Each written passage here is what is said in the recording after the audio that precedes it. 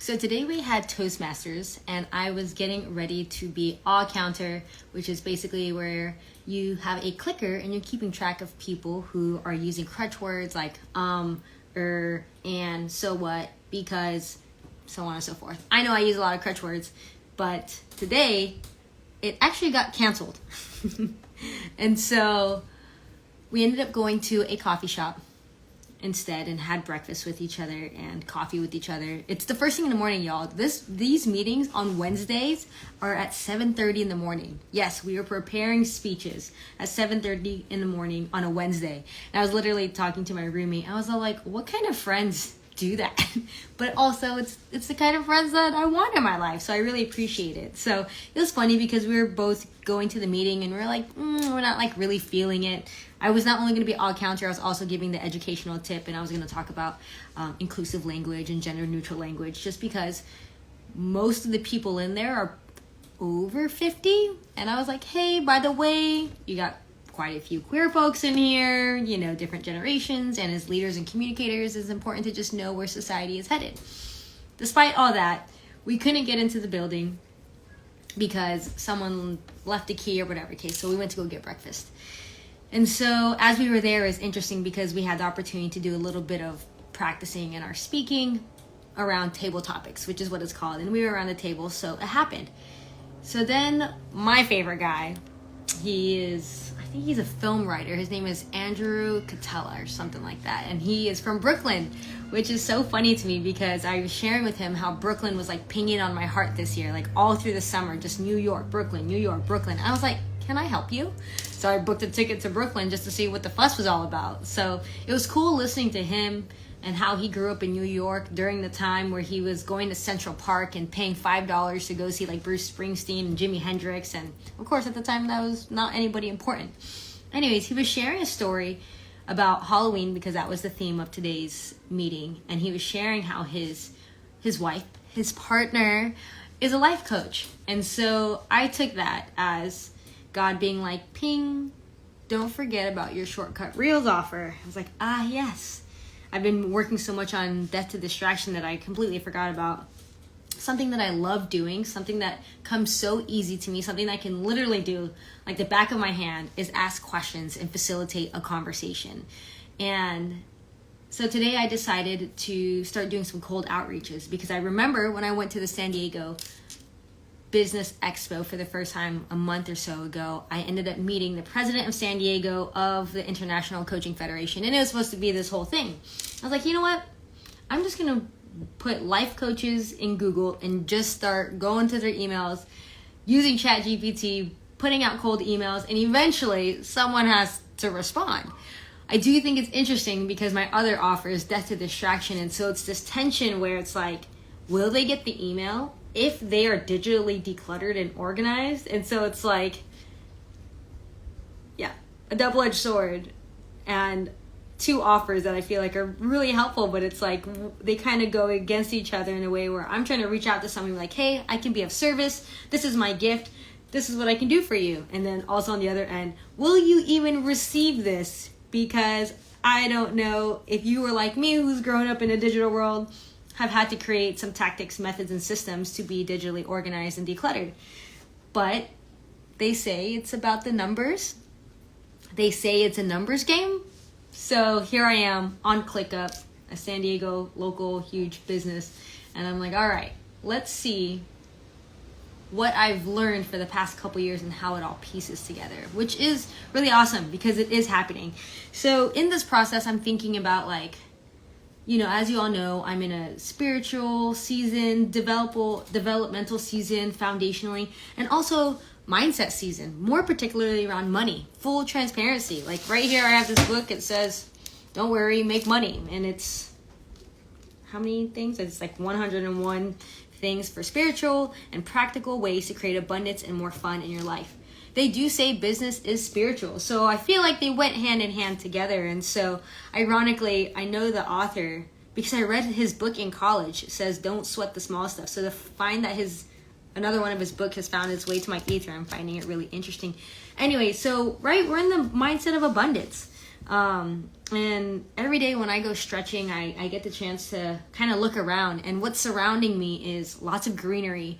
And so I think about abundance. I think about the birds. I think about the flowers. I think about the bees. I think about specifically hummingbirds has really been finding its way into my ether, and really feeling like a hummingbird sometimes, where it's like I feel this sense of urgency and patience that's happening in this season.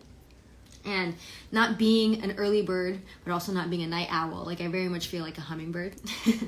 But I just think about them and how they don't even worry about where their next meal is going to come from, or where they're going to find shelter, or anything that humans have anxieties about. I was like, they don't even have a clue in the world. And I'm also thinking of Nova and Nebula. They're just living a doggy dog life, and they get to just nap and wag their tails and, eat and sleep and just enjoying their life, and they don't have any anxiety. And so I just think it's so interesting for us as humans that this is something that, being a part of the whole ecosystem and the whole cosmos, and like we have these worries, and how they've programmed us to have these worries, and so that we don't rest, and so we don't relax, and so we don't invest in relationships, and so we don't invest in ourselves, and how it's been all systematically programmed for us to slowly and surely let our spirits and souls die. And so I just had a moment right now. You're probably like, K.Short, get to the point. We're working on it. This is why we're in Toastmasters. Thank you for your patience. So I decided to go look up some life coaches so I can start doing some cold outreach emails too. And I come across this website called newme.com. And I'm like, this is one of hundreds of websites, first off. And so I'm already maybe like over 10 outreaches in. And I told myself, I was like, you're going to do at least 30. You're going to do 30 outreaches a day. Someone has to say something. And so then I was thinking, well, I wonder if there's even that many people. I scroll down and I see that there's 672 pages worth of coaches. And there's 20 coaches on each page. So then I went to my calculator. I was like, what is 672 times 20 coaches on each page? And it's about 13,440 coaches. One has to respond, right? So I just thought, whoa, that is what abundance feels like, right? To be like having an offer, wanting to be a solution to a problem, and being like, wow, there is truly an abundance of coaches everywhere in the world, and this is just on one website, 672 pages. So I'm like, oof, we're going to be here a while. But I just thought it was just interesting because it finally clicked for me, at least for me and my offer and my gifts and how I want to help coaches, realizing for me, my observation is for some coaches are this middle ground between like teachers and entrepreneurs and, just living in that middle ground. And then someone who, has coached people naturally and not making it so much of a thing.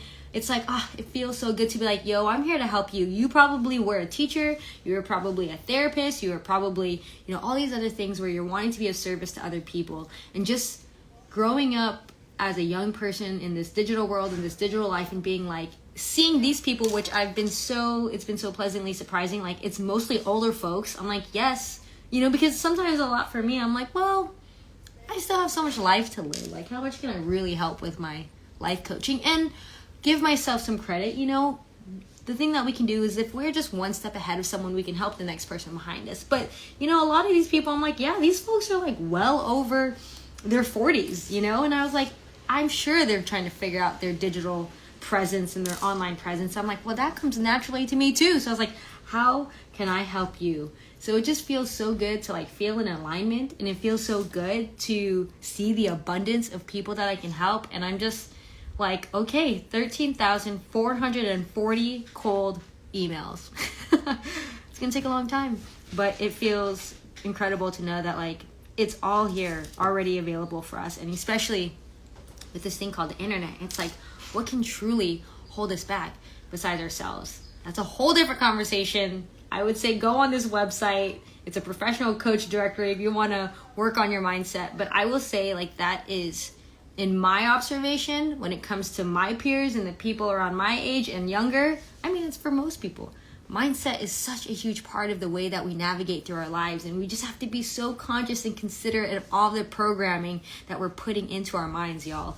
Our eyes, our ears, our mouths, the people we surround ourselves with. Like, really question, like truly question, are people bringing us peace, or are they bringing anything else? I can't think of something really cool, but anything else that doesn't bring peace, and not just peace like around you, but like peace in your spirit. And I think that's something for me that I've done a great job in cultivating, and making sure that, like, you know, I know the world is crazy right now, but it's like I still feel this eternal peace that can't be disrupted. And so I'm just so grateful to be here during this time, to be in a place where I get to go deep within myself and deep within my practices and deep within my habits and deep within undoing a lot of beliefs and getting to rebuild them and just be like, yo, like, okay, it's actually happening, it's actually working, and it really just starts with a single step.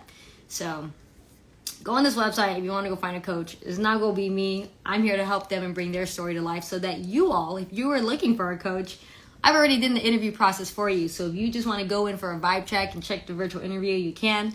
And if not, then that's okay too. You keep doing what you're doing. I'm keep doing what I'm doing. But I just wanted to share that today because yesterday's video, I was feeling a little disappointed in myself, and I was just grateful that today is a new day and we get to start again. So I hope that you all had a great Wednesday, and I will see you all tomorrow to see what tomorrow's day will bring.